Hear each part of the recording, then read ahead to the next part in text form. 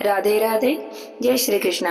आप सभी को वैकुंठ चतुर्दशी की बहुत बहुत शुभकामनाएं। आज हम सुनेंगे वैकुंठ चतुर्दशी की कथा। वैकुंठ चतुर्दशी के दिन सुनी जाने वाली कहानियां सुनेंगे और साथ में ही कार्तिक मास महात्म्य के अध्याय को भी सुनेंगे।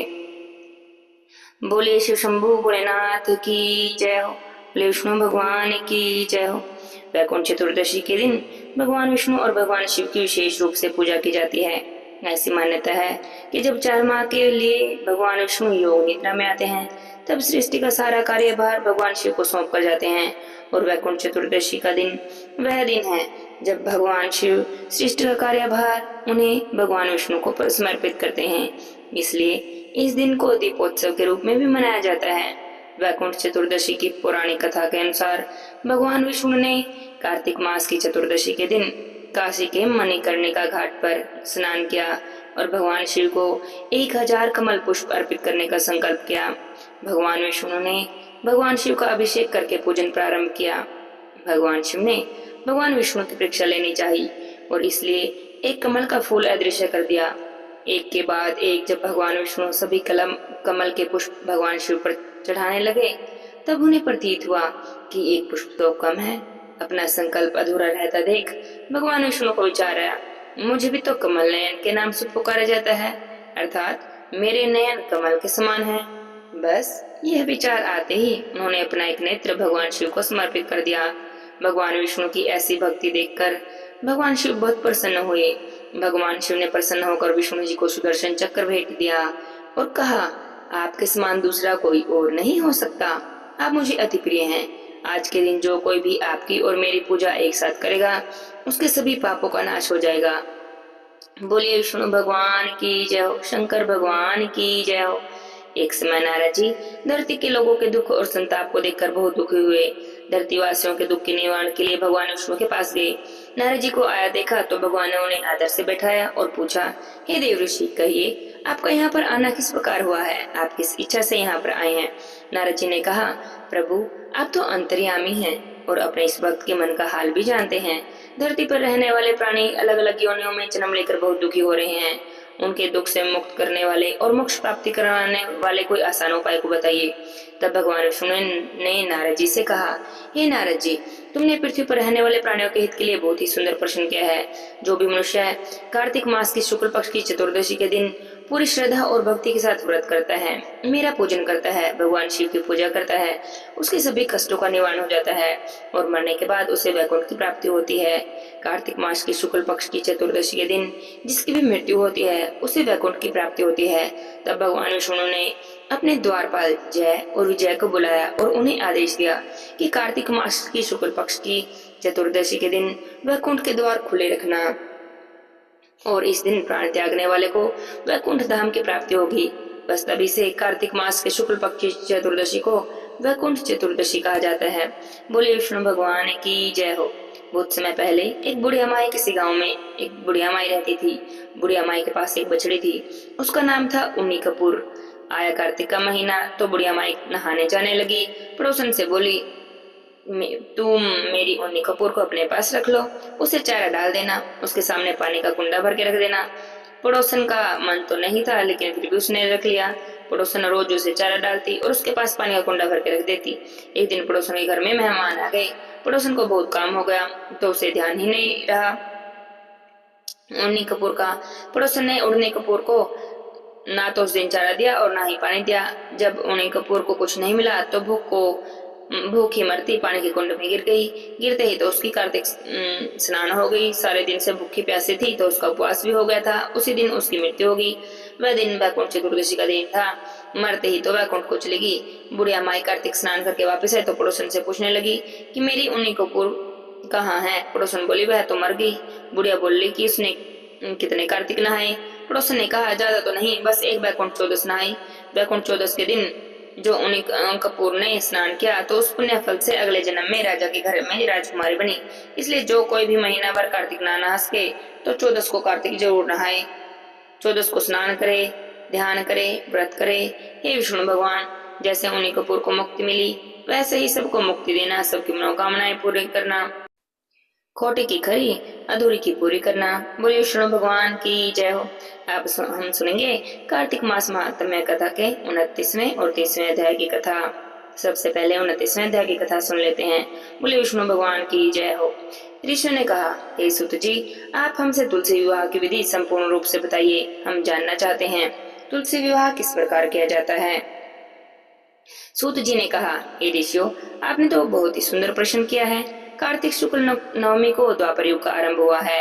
अतः यह तिथि दान में पूर्वान्न व्यापिनी और उपवास में अपराह्न व्यापिनी हो तो ग्राह्य करनी चाहिए।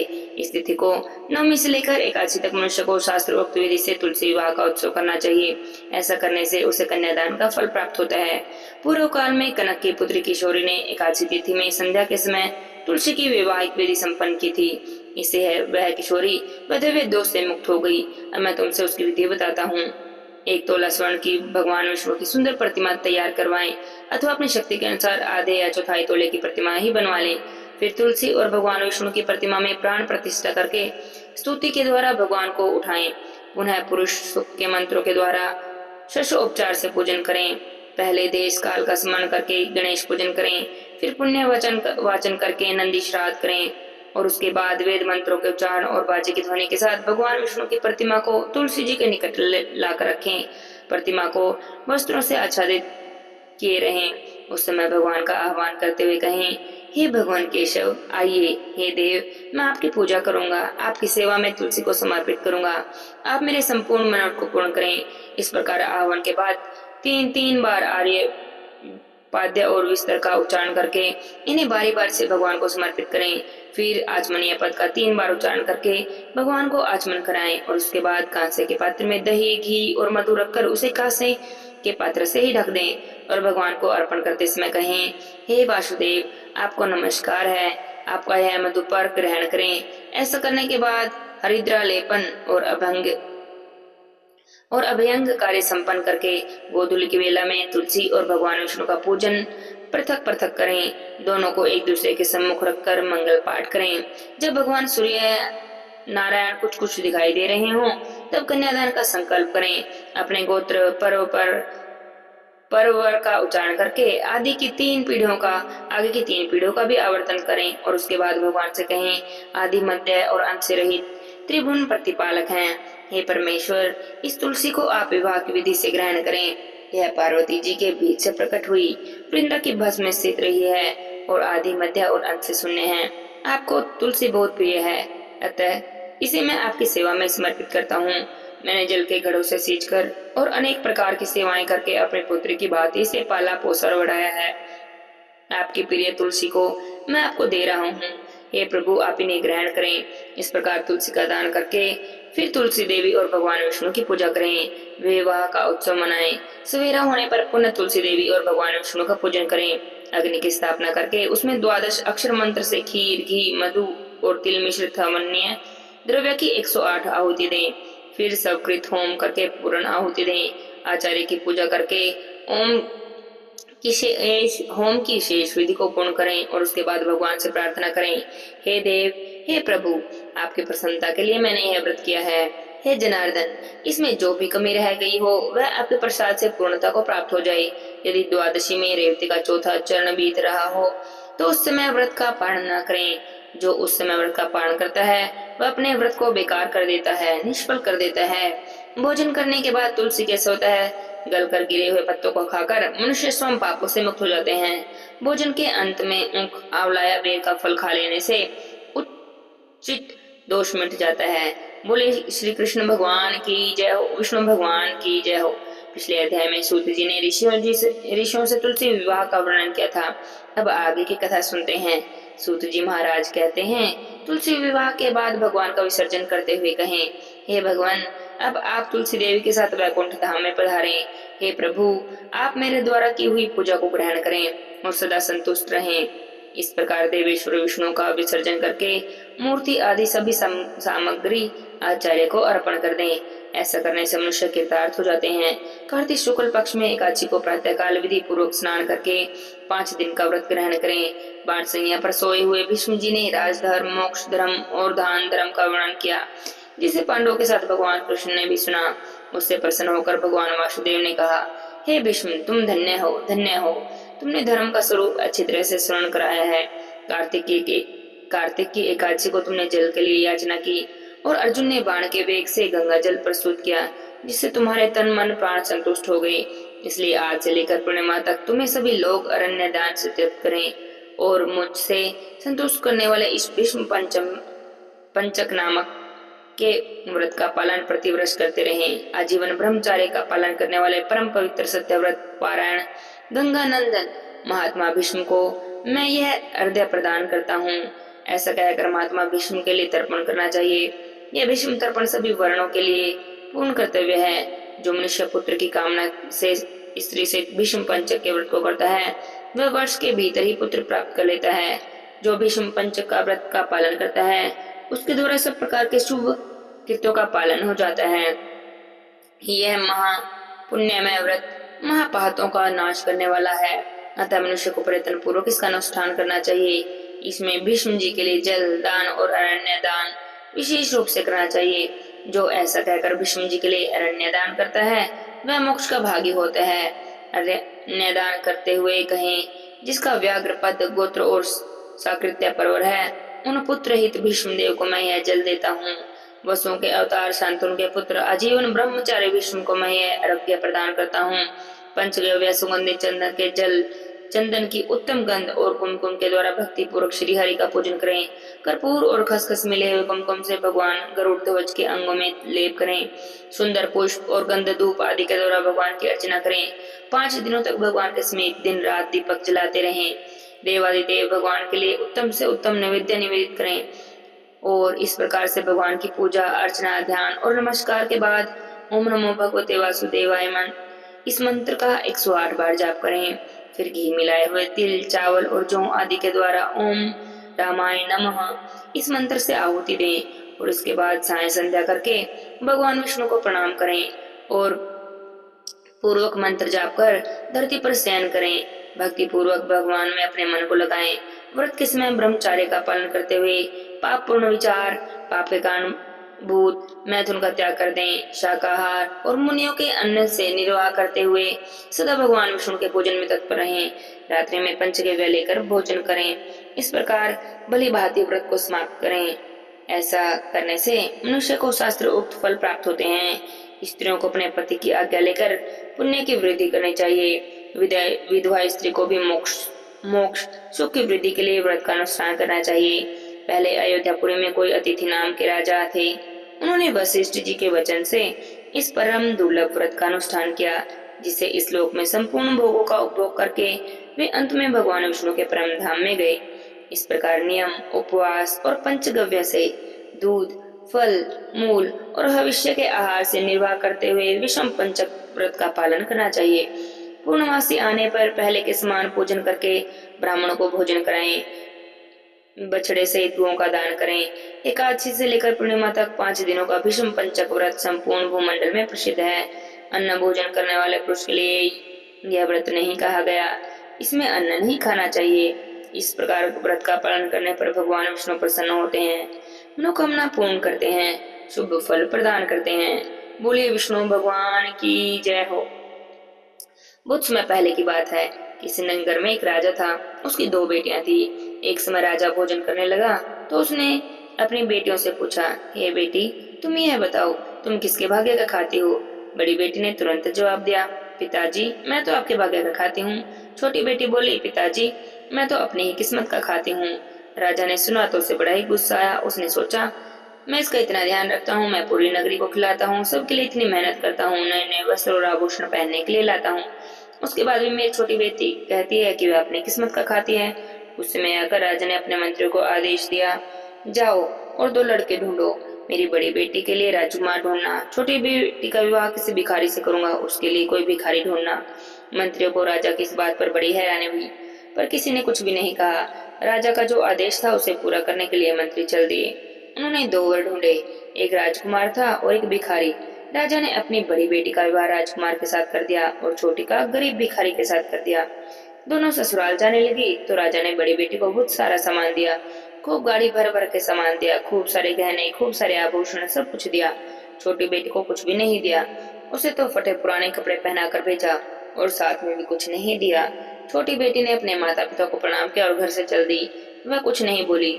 ससुराल पहुंची तो देखा वहां पर तो उसकी आवभगत करने वाला कोई भी नहीं था। एक छोटी सी झोपड़ी थी जहाँ एक बड़ा सा मैदान और उसमें 5 चूल्हे बने हुए थे। रात हुई तो सब चुपचाप सो गए। सुबह उठी तो उसने अपने जेठ से पूछा कि यहाँ पर 5 चूल्हे क्यों हैं। तो बड़े जेठ जी बोले, हम 5 भाई हैं और सबके 5 चूल्हे हैं। बहू ने कहा, ठीक है, लेकिन अब आप सब लोग कहाँ जा रहे हैं। तब जेठ बोला, बहू हम तो भिखारी हैं, भीख मांगने जा रहे हैं। बहू कुछ नहीं बोली, चुप रही। तब जेठ ने कहा, बहू हमारी कोई गलती नहीं, राजा के मंत्री ने आकर जबरदस्ती तुम्हारा विवाह मेरे भाई के साथ करा दिया है। तब वह कहने लगी, हाँ जेठ जी, आपकी कोई गलती नहीं है, सबको जो भी मिलता है अपने भाग्य से ही मिलता है।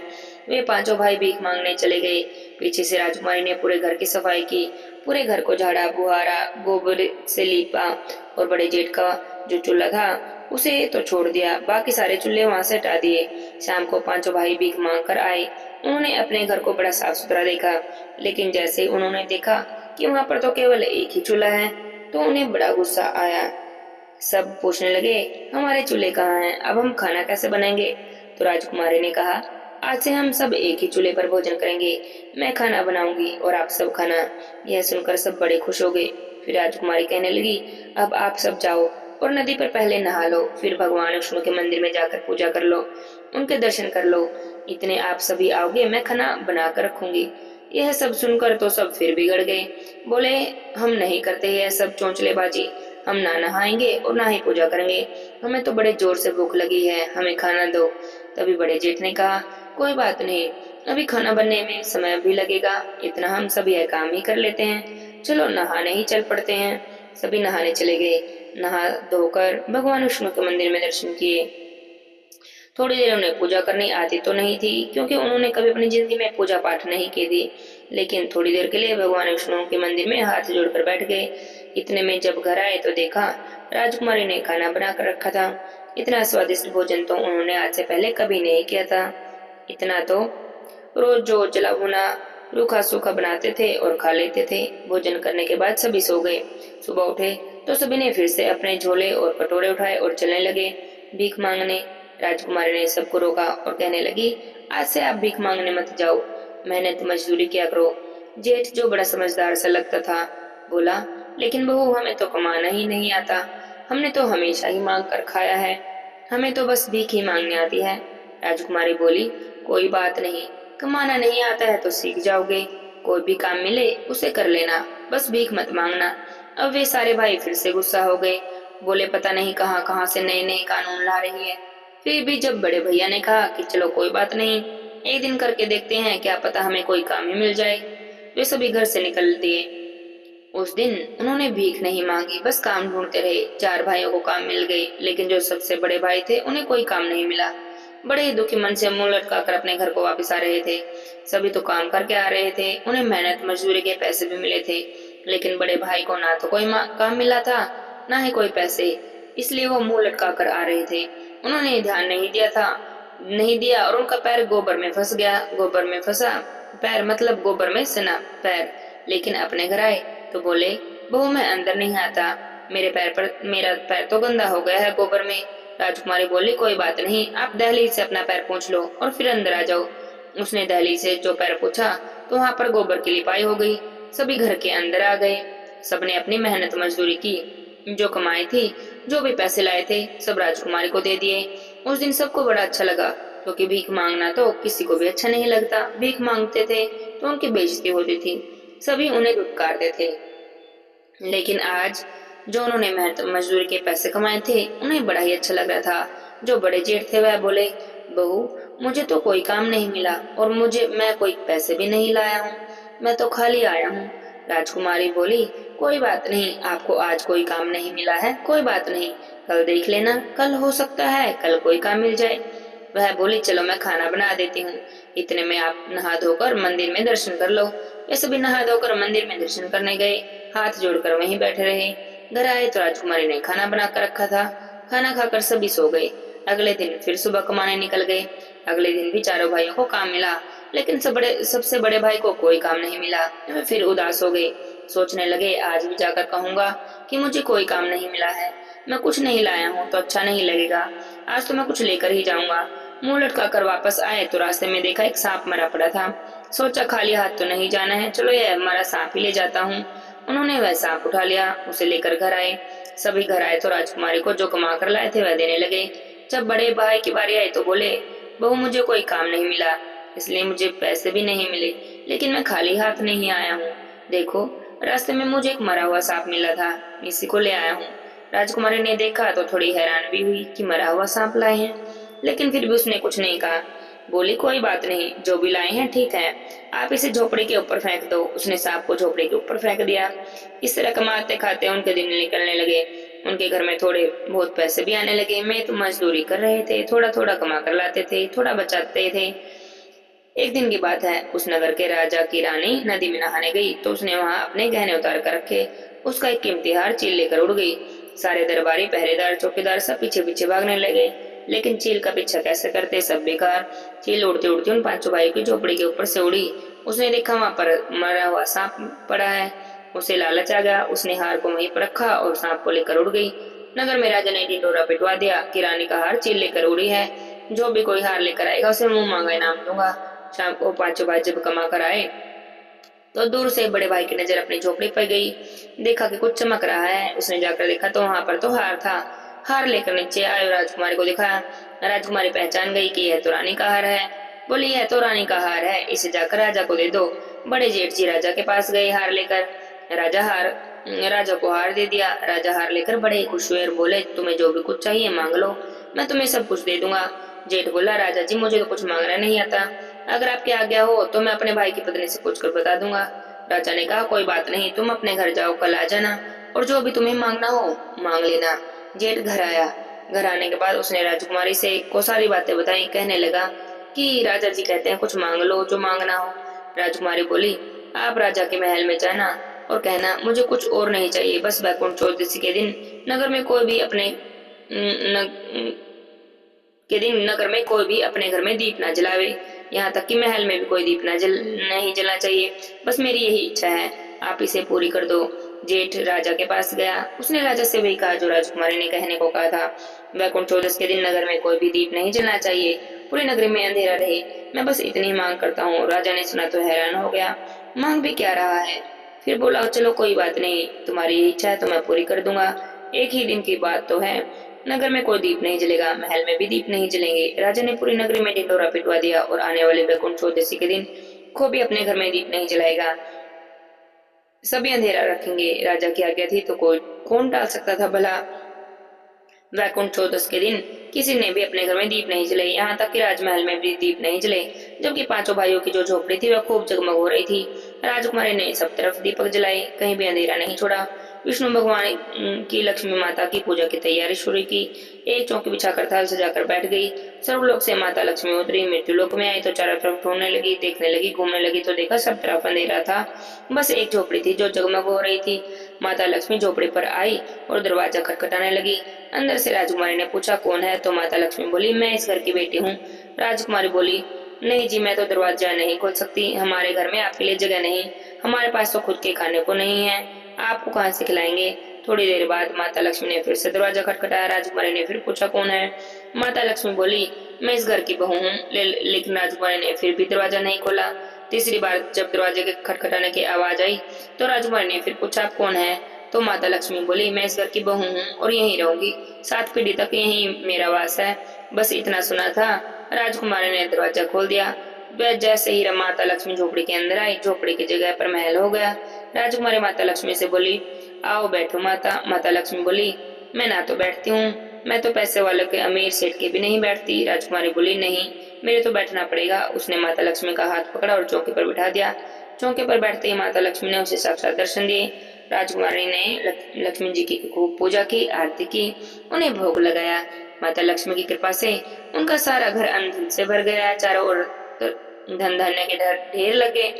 सुबह जब सब सोकर उठे तो हैरान हुए, उनकी जो छोटी सी झोपड़ी थी वह तो इतना बड़ा महल बन गया था। उसमें तो खूब नौकर चाकर घूम रहे थे, खूब धन दौलत पैसे हो रहे थे। उनकी तो सब तरह से वाहवाही होने लगी, भाई बड़े पैसे वाले लोग हैं। अरे ये वही हैं जो पांचों भाई अब पांचों भाई मांग कर अपना गुजारा करते थे और अब पांचों भाई खूब कारोबार करने लगे क्योंकि अमीर हो गए थे। खूब बढ़िया उनका कारोबार चल गया, घर में नौकर चाकर हाथी घोड़े सब हो गए। उधर राजकुमारी की बड़ी बहन जिसका कि ब्याह एक राजकुमार के साथ हुआ था, उसके कारोबार में घाटा होने लगा। इतना घाटा हो गया कि खाने के बिलाले पड़ गए। उसकी सास ने उसे घर से निकाल दिया और बोली, तुम्हारे आते ही तुम्हारा घर बर्बाद हो गया है। बड़ी बेटी रोती पीटती अपने पिता के पास गई। राजा जी के पास पहुंची तो अपनी प्यारी बेटी की ऐसी हालत देखकर राजा जी तो बड़े दुखी हुए। उन्होंने सारा हाल चाल पूछा तो उसने अपना सारा हाल बता दिया। राजा सोचने लगे, मैंने बड़ी बेटी का विवाह तो राजकुमार के साथ किया था, तब जाकर उसकी यह हालत है, लेकिन छोटी बेटी का तो भिखारी के साथ किया था। ना जाने उसकी क्या हालत होगी, पता नहीं वह जिंदा भी होगी या नहीं। एक दिन राजा छोटी बेटी का हाल जानने के लिए उसके गांव की तरफ चले। उन्होंने भेष बदल रखा था, एक व्यापारी का भेष बना लिया। भेष बदल के सामान बेचने के लिए गांव में गली गली आवाज लगाने लगे।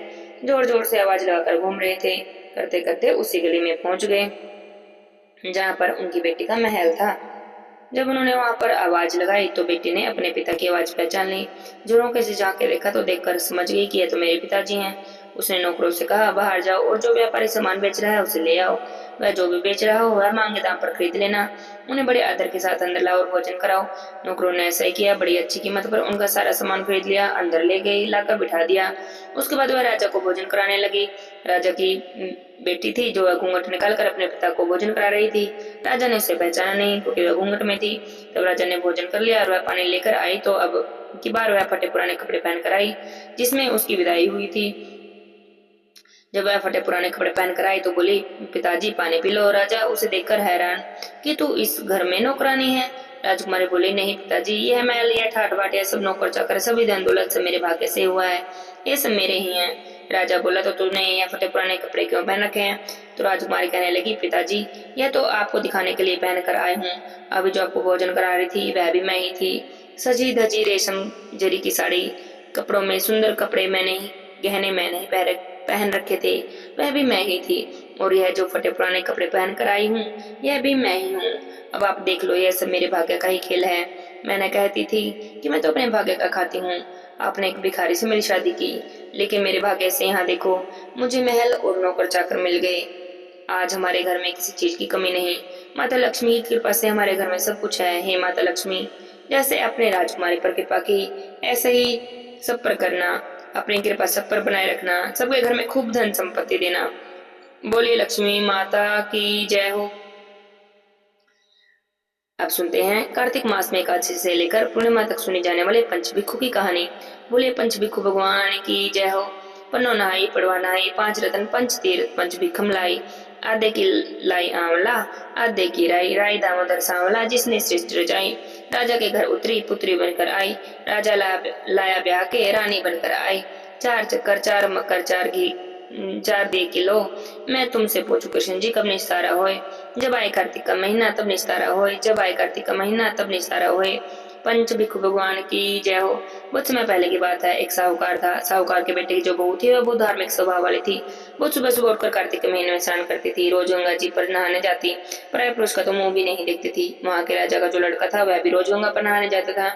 जब वह रोज सुबह गंगा जी नहाने जाता तो रोज सोचता कि मैं तो इतनी सुबह सवेरे चल दिया जाता हूँ, फिर भी कौन है जो मुझसे पहले ही नहा कर लेता है। करते करते कार्तिक का पूरा महीना बीत गया। 5 दिन रह गए। एक दिन साहूकार की बहू तो नहाकर जा रही थी। राजा का बेटा आ रहा था। साहूकार की बहू ने सोचा, सुना कि कोई आ रहा है तो उसका नियम था कि प्राय पुरुष का मुंह नहीं देखती थी। तो किसी के आने की आवाज सुनकर जल्दी जल्दी जाने लगी। जल्दी में उसके गले की माला वहीं पर छूट गई। जब राजा का बेटा वहां पर नहाने आया तो उसने वहां पर माला पड़ी देखी। उसने उसे देखकर सोचा कि जब माला इतनी सुंदर है तो इसे पहनने वाली कितनी सुंदर होगी। उसके मन में पाप आ गया। उसने सारी नगरी में ढिंढोरा पिटवा दिया कि जिसकी भी यह माला है वह मेरे पास 5 दिन तक आएगी, तब मैं उसकी माला वापस कर दूंगा। साहूकार के बेटे की बहू ने सुना तो उससे तो बड़ा गुस्सा आया। फिर भी उसने जवाब भिजवा दिया कि मैं अपनी माला लेने आऊंगी, पर किसी को साग भरवाने के लिए, मतलब कि गवाही देने के लिए बिठा लेना। अब राजा का लड़का गंगा जी पर बिछावन करके बैठ गया और उसने पिंजरे में एक तोता टांग दिया। उसने सोचा किसी से गवाही भरवाऊंगा। सारी रात वहीं पर बैठा इंतजार करता रहा। अगले दिन सुबह सुबह साहूकार के बेटे की बहू आई। उसने जैसे ही पहले पैड़ी पर पैर रखा तो भगवान से प्रार्थना करने लगी, हे कार्तिक के ठाकुर, हे राय दामोदर, पांचों पांडु, छठो नारायण, विषम राजा, हे राजा, मैं सत की हूँ, तो मेरी सत रखना और मेरी सहायता करना। उस पापी को नींद आ जाए। बस उसकी इतनी प्रार्थना कर रही थी कि राजा के बेटे को तो नींद आ गई। वह तो नहा धो ली और जाने लगी तो तोते से बोली। तोते को स्वाभाविक आ जाता है, तो वह तोते से कहने लगी, सुआ सुआ सुगटा, गा लूंगी हार, साग भरियो मेरे वीरा। मतलब तोते, मैं तुम्हें अपना भाई मानती हूँ, मैं आई थी और तुम मेरी गवाही दे देना। तोता कहने लगा, कैसी बातें करती हो, कोई भाई भी गवाही दिया करते हैं। तो वह कहने लगी, सुआ सुआ सुगटा, पग घालूंगी घेवर, साग भरियो मेरे देवर। तो देवर तो गवाही कर सकता है ना तोता। तो तोता बोला, ठीक है भाभी, मैं तुम्हारी साग भर दूंगा। इतना कहकर वह तो चली गई। थोड़ी देर बाद राजा का बेटा हड़बड़ा के उठा। उसने तोते से पूछा, वह आई थी? तो तोते ने कहा, हाँ आई थी। राजा के बेटे ने पूछा, कैसी थी? तो तोता कहने लगा, आबा किसी बिजली, होली किसी चाल की साल, केला किसी कामनी और गुलाब का सरंग। राजा के बेटे ने सोचा, आज तो मुझे नींद आ गई, पर मैं कल नहीं सोऊंगा। कल तो मैं अपनी उंगली के चीरा लगाकर बैठ जाऊंगा, तो मुझे नींद भी नहीं आएगी। अगली रात को अपनी उंगली में चीरा लगाकर बैठ गया। साहूकार के बेटे की बहू आई। सुबह उठते ही आए। फिर उसने आते भगवान से प्रार्थना की, हे कार्तिकेय ठाकुर, हे राय दामद और पांचों पांडु, छठो नारायण, हे भीष्म राजा, आज में मेरी लाज रख लेना, मेरा सत रख लेना, उसे नींद आ जाए। बस जैसे उसने प्रार्थना की, राजा के बेटे को तो नींद आ गई। वह नहाई धोई, नहा धो के गई तो तोते से उसने अपनी साख भरवा ली, गवाही ले ली। राजा का बेटा उठा तो उसने फिर से तोते से पूछा, वह आई थी क्या? तोते ने बिल्कुल कल जैसा ही जवाब दिया, हाँ आई थी। राजा के बेटे ने सोचा, 2 दिन तो निकल गए हैं, तीसरे दिन मैं बिल्कुल नहीं सोऊंगा। आज तो मैं अपनी आंखों में मिर्च डाल के बैठूंगा। तीसरी रात वह आंखों में मिर्च डाल के बैठ गया। सारी रात हाय हाय करता रहा। सुबह जैसे ही बहू नहाने आई, उसने भगवान से प्रार्थना की और उसने जैसे प्रार्थना की उसे फिर से नींद आ गई। वह नहाई धोई और तोते से साग भरवा कर चली गई। राजा के बेटे ने सोचा, 3 दिन तो बेकार निकल गए, कल मैं कांटों की सेज पर बैठूंगा। अगली रात को तो उसने कांटों की सेज बिछा ली, बैठ गया। पूरी रात हाय हाय करता रहा, ना उठा जाए ना खड़ा हुआ जाए। लेकिन जब वह आई, उसने प्रार्थना की, उसे उस समय फिर से नींद आ गई। वह प्रार्थना करके नहा धो के तोते से अपनी गवाही लेकर चली गई। 5वें दिन तो राजा का बेटा आग जलाकर उसकी राख पर ही बैठ गया। लेकिन जैसे साहूकार की बहू आई, उसने फिर से कार्तिकेय ठाकुर से प्रार्थना की, हे कार्तिकेय ठाकुर, हे राय दामोदर, पांचों पांडु, छठो नारायण, हे भीष्म राजा, आज 5वां दिन है, आज में मेरी सहायता करना, मेरी लाज रख लेना। जैसे उसने प्रार्थना की तो उसने जो आग जला रखी थी, राजा के बेटे को तो राख पर भी बैठकर नींद आ गई।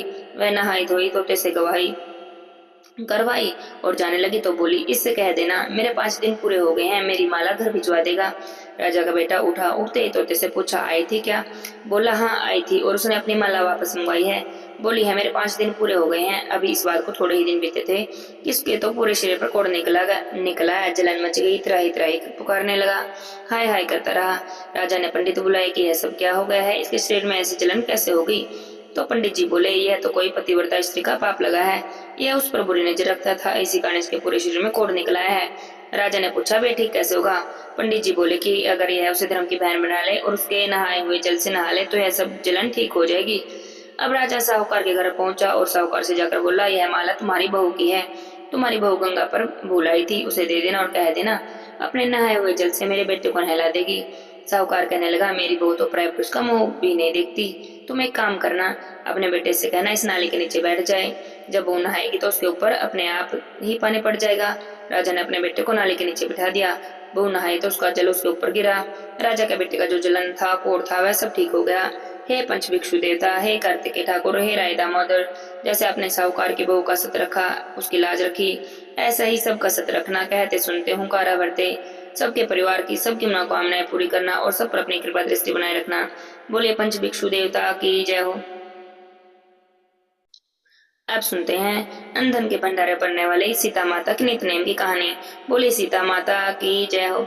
राम आए लक्ष्मण आए, देश के पुजारी आए, नित्य नेम का नेम लाए, आओ राम बैठो राम, तस सोई जाओ राम, मक्खन मिश्री खाओ राम, दूध बताशा पियो राम, राम सुत के फल का मुठो राम, शाला दुशाला पुठो राम, शाला दुशाला ओढ़ो राम, जब बोलो राम आई राम, राम सवारे सबके काम, सबके घर भंडार भरेंगे, सबका बेड़ा पार करेंगे, जय जय राम जय जय राम, जय जय राम जय जय राम, सीताराम जय जय राम। सीता माता ये कहानी कहती और श्री राम जी सुना करते। एक दिन श्री राम जी को किसी काम से बाहर जाना पड़ गया तो सीता माता कहने लगी, भगवान मेरा तो 12 वर्ष का नित्य नेम है, अब आप बाहर जाएंगे तो मैं अपनी कहानी किसे सुनाऊंगी। तब श्री राम जी ने कहा, तुम कुएं की पाल पर जाकर बैठ जाना, वहाँ जो औरतें पानी भरने आएंगी तुम उन्हें अपनी कहानी सुना देना। सीता माता कुएं की पाल पर जाकर बैठ गई। एक स्त्री आई, उसने रेशम जड़ी की साड़ी पहन रखी थी, सोने का घड़ा ले रखा था। सीता माता ने उसे देखा तो कहा, बहन मेरा 12 वर्ष का नित्य नेम का नियम है, तुम मेरी कहानी सुन लो। तब वह कहने लगी, मैं तुम्हारे नित्य नेम की कहानी सुनूंगा तो मुझे तो घर जाने में देर हो जाएगी और मुझसे मेरी सास लड़ेगी। उसने कहा, उसने कहानी नहीं सुनी और अपने घर को चली गई। पर घर जाते जाते उसकी रेशम जरी की साड़ी फट गई, सोने का घड़ा मिट्टी का घड़ा हो गया। जब घर गई तो सास ने देखा तो पूछा, अरे बहू, किसका दोष अपने साथ ले आई हो? तो बहू कहने लगी, माँ जी, कुआं पर एक औरत बैठी थी, कह रही थी मेरी कहानी सुन लो, मैंने कहानी नहीं सुनी तो उसका यह फल होगा। बहू की बातें सुनकर अगले दिन सास वही साड़ी पहन कर गई और वही घड़ा लेकर कुएं की पाल पर गई। सास को सीता माता बैठी मिली तो सीता माता कहने लगी कि बहन अगर तुम्हारे पास समय है तो मेरी कहानी सुन लो। तो सास कहने लगी, बहन कहानी एक बार छोड़ 4 बार सुन लूंगी। तब सीता माता कहानी सुनाने लगी, राम आए लक्ष्मण आए, देश के पुजारी आए, नित नेम का नेम लाए। आओ राम बैठो राम, तपी रसोई जिमो राम, माखन मिश्री खाओ राम, दूध बताशा पियो राम। राम राम सुत के पलका बैठो राम, शाला दुशाला पुठो राम, शाला दुशाला उठो राम, जब बोलू राम ही राम, राम सवारे सबके काम, खाली घर भंडार भरेंगे, सबका बेड़ा पार करेंगे। जय जय राम, जय श्री राम, जय श्री राम, जय जय राम। राम कहानी पूरी हुई तो सास कहने लगी, बहन कहानी तो बड़ी अच्छी है। कहानी सुनकर सास अपने घर गई तो उसने वह साड़ी फटी हुई साड़ी फिर से रेशम जड़ी की साड़ी हो गई, मिट्टी का घड़ा फिर से सोने का घड़ा हो गया। तो बहू कहने लगी, सासू माँ आपने ये सब कैसे कर दिया? तो सासू बोली, बहू तू दोष लगा कर आई थी और मैं दोष उतार कर आ रही हूँ। बहू ने पूछा कि ऐसी वह कौन थी? तो सास बोली कि वह सीता माता थी, पुराने से नया कर देती है, खाली घर भंडार भर देती है, लक्ष्मी जी का घर में वास कर देती है, जो भी मन में इच्छा हो उसे पूरी कर देती है। तब बहू कहने लगी, माँ जी फिर तो ऐसी कहानी मुझे भी सुना दो। तो सास कहने लगी, ठीक है भाई तुम भी सुन लो। सास ने कहानी कही और बहू ने सुनी। राम आए लक्ष्मण आए, देश के पुजारी आए, नित नेम का नेम लाए। आओ राम बैठो राम, तपी रसोई जिमो राम, माखन मिश्री खाओ राम, दूध बताशा पियो राम, सूत के पलका मुठो राम, शाला दुशाला उठो राम, शाला दुशाला उठो राम, जब बोलू राम ही राम, राम सवारे सबके काम, सबके खाली घर भंडार भरेंगे, सबका बेड़ा पार करेंगे। जय जय राम, जय श्री राम, जय श्री राम, जय श्री राम। राम कहानी पूरी हुई तो बहू बोली कि सासू जी कहानी तो बड़ी ही अच्छी है। तब सास बोली, हाँ कहानी तो बहुत ही अच्छी है, अब हम इसे रोज कहा करेंगे। आप सास बहू रोज दोनों सुबह उठती, नहाती धोती, पूजा पाठ करने के बाद नित्य नेम की सीता माता की कहानी कहती। एक दिन की बात है कि पड़ोस से एक औरत आई और कहने लगी, बहन जरा सी आँच दे। तो बोली कि अभी तो हमने आँच नहीं जलाई। तब पड़ोसन बोली, तुम सुबह सवेरे 4 बजे उठ जाती हो तो फिर क्या करती हो? तो उन्होंने कहा, सुबह से उठकर हम तो नहाते धोते हैं, पूजा करते हैं, फिर सीता माता के नित्य नेम की कहानी कहते हैं। पड़ोसन ने उनकी बातें सुनकर कहा कि सीता माता के नित्य नेम की कहानी कहने से क्या होता है? तो वे बोले, किस कहानी को कहने से तो घर में अंदर के भंडार बन जाते हैं, सारे काम सिद्ध हो जाते हैं, मन में कोई भी चाह तो पूरी हो जाती है। तब पड़ोसन बोली, बहन ऐसी कहानी तो मुझे भी सुना दो। अब सास ने कहानी कही और पड़ोसन ने सुनी। राम आए लक्ष्मण आए, देश के पुजारी आए, नित नेम का नेम लाए। आओ राम बैठो राम, तपी रसोई जिमो राम, माखन मिश्री खाओ राम, दूध बताशा पियो राम, सूत के बलका मोठो राम, शाला दुशाला पुठो राम, शाला दुशाला ओठो राम, जब बोलू राम ही राम, राम सवारे सबके काम, खाली घर भंडार भरेंगे, सबका बेड़ा पार करेंगे। राम राम, जय श्री राम, जय श्री राम, जय श्री राम। राम कहानी सुनने के बाद पड़ोसन कहने लगी, बहन कहानी तो मुझे भी बड़ी अच्छी लगी है। अब पड़ोसन भी नित्य नेम से सीता माता की कहानी कहने लगी। सीता माता ने उसके भी घर भंडारे भर दिए, उसकी भी सारी इच्छाएं पूरी हो गई। हे सीता माता, जैसे आपने उन सबके भंडारे भरे, उनकी मनोकामनाएं पूरी की, उनकी इच्छाएं पूरी की, ऐसे ही आप हमारे भी भंडारे भरना, हमारी भी सारी मनोकामनाएं पूरी करना। कहानी कहने वाले, सुनने वाले, हुंकारा भरने वाले सब पर अपनी दया बनाए रखना। बोले सीता माता की जय हो, श्री रामचंद्र की जय हो, जय हो। कार्तिक महीने के मंगलवार की कहानी। बोलिए बजरंगबली भगवान की जय हो। बहुत समय पहले की बात है, किसी गांव में एक साहूकारनी रहती थी। साहूकारनी हनुमान जी की भक्त थी। रोज सुबह हनुमान जी की पूजा करती, रोज मंदिर में जाती और मंदिर जाते समय चूरमा की पिंडी और एक रोटी ले जाती और जाकर भगवान का भोग लगाती। कहती कंधे सोटो लाल लंगोटो, हनुमान जी खायो चूरमो और रोटो। मैंने तुम्हें दिया जवानी में, तुम मुझे देना बुढ़ापे में। पूजा पाठ करके घर आ जाती। एक दिन बहू सास से कहने लगी कि सासू जी तुम चूरमा और रोटी कहाँ ले जाती हो? तो सासू जी कहने लगी मैं तो हनुमान जी के मंदिर में जाती हूँ। तो बहू बोली मुझे तो नहीं लगता कि आप मंदिर में जाती हो। सास को तो बहुत बुरा लगा, लेकिन वह कुछ नहीं बोली, जाकर सो गई। अगले दिन जब मंदिर जाने लगी तो बहू ने फिर से टोक दिया। तो सासू ने सोचा कि मैं जाऊंगी तो घर में लड़ाई हो झगड़ा होगा, तो सासू मंदिर नहीं गई और जाकर कमरे में लेट गई, सो गई। इस तरह करते करते 4-5 दिन निकल गए। जब तक साहूकार ने भगवान को भोग नहीं लगा लेती थी तब तक कुछ नहीं खाती थी। तो इस तरह 4-5 दिन हो गए, साहूकार ने कुछ भी खाए हुए। अब हनुमान जी ने सोचा कि साहूकार को अगर कुछ होगा तो मुझे दोष लगेगा। तब हनुमान जी साहूकार के सपने में आए और बोले कि साहूकार भूखी क्यों पड़ी है, कुछ खाती पीती क्यों नहीं? तो साहूकार ने कहने लगे हनुमान जी मेरा तो आपको भोग लगाने का नियम है, तब जब तक आपको भोग नहीं लगा लेती मैं तो कुछ नहीं खाती पीती हूँ।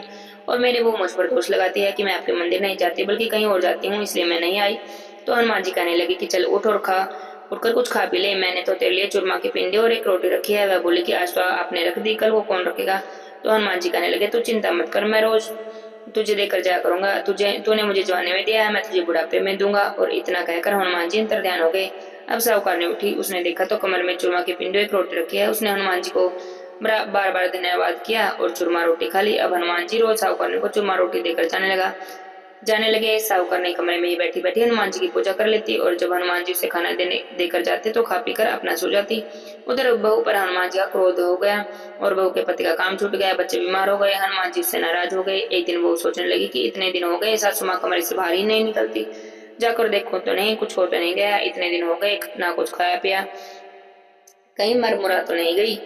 तो वो कमरे में गई, उसने कमरा खोला तो खोल के देखा तो साहूकार ने के तो खूब मजे हो रहे हैं, खूब मोटी हो रही है। हनुमान जी तो उसे कुछ चूरमा रोटी देकर जाते थे। उसने सोचा था कि दुबली पतली हो गई होगी, बुरे हाल हो गए होंगे, लेकिन वह तो खूब मोटी हो रही थी। उसने कहा सासू जी आप क्या खाती हो, आप तो 7-8 दिन से बाहर ही नहीं निकली। तो कहने लगी कि मुझे तो हनुमान जी मीठी मीठी चूरमा रोटी देकर जाते हैं, मैं वही खाती हूँ। अब तो बहू सासू जी के पैरों में पड़ गई और बोली कि हम तो तुम्हारे ही बाका खाते थे, अब तो हमारे घर में कुछ भी नहीं रहा, बच्चे भी बीमार हो गए हैं, अब आप ही संभालो इस घर को। जब बहू ने क्षमा मांगी तो साहूकार ने रोज फिर से चूरमा रोटी लेकर हनुमान जी के मंदिर में जाने लगी, पूजा पाठ करने लगी। और ऐसा करने से बहू पर हनुमान जी का क्रोध शांत हो गया। उसका घर पहले जैसा था वैसा ही हो गया, बच्चे भी ठीक हो गए, उसके पति का भी दूसरा काम लग गया। हे हनुमान जी, जैसे आप साहूकारनी पर टूटे हो वैसे ही सब पर टूटना, सब पर अपनी कृपा करना, सबकी मनोकामनाएं पूरी करना। बोले बजरंग बली भगवान की जय हो।